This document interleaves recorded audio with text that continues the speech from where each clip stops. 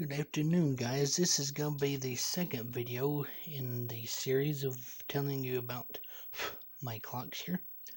This is an Ingram Wizard from circa about 1897, give or take a few years. I'm not exactly sure what year, but that's about right. But anyway, this clock strikes on a very nice, rich sounding cathedral gong. I'll show you that at the end of the video here.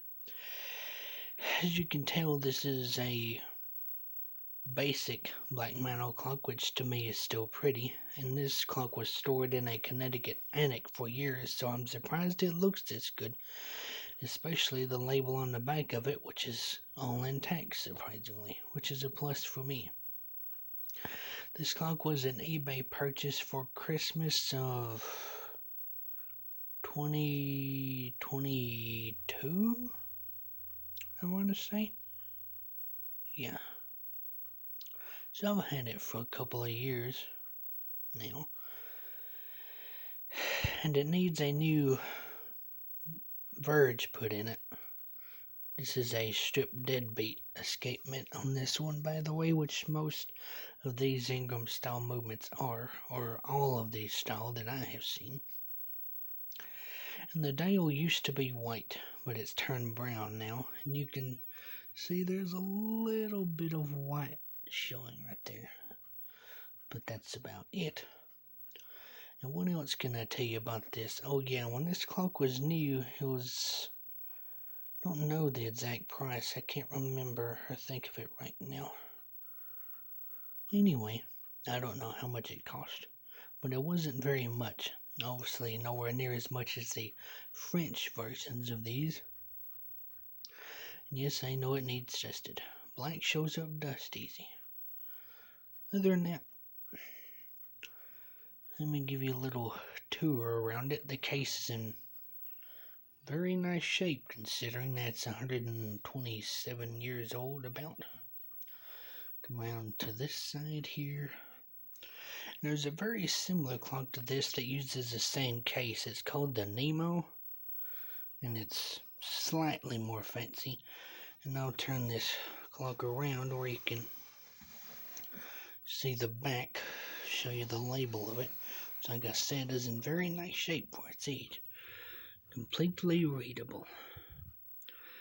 And one flaw that I will point out here is there's a screw that's supposed to go there, but the hole that it goes into, the piece of wood broke off. So there's only 3 screws holding the back on, not 4. And there's some writing right there. And maybe says, I'm not exactly sure what it says, but it's pretty old. It's written in cursive. So it's been there for a long time.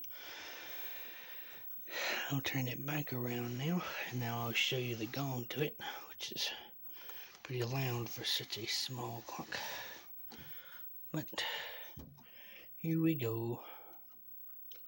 This uses Cantwell striking, by the way, which is typical of Ingrams.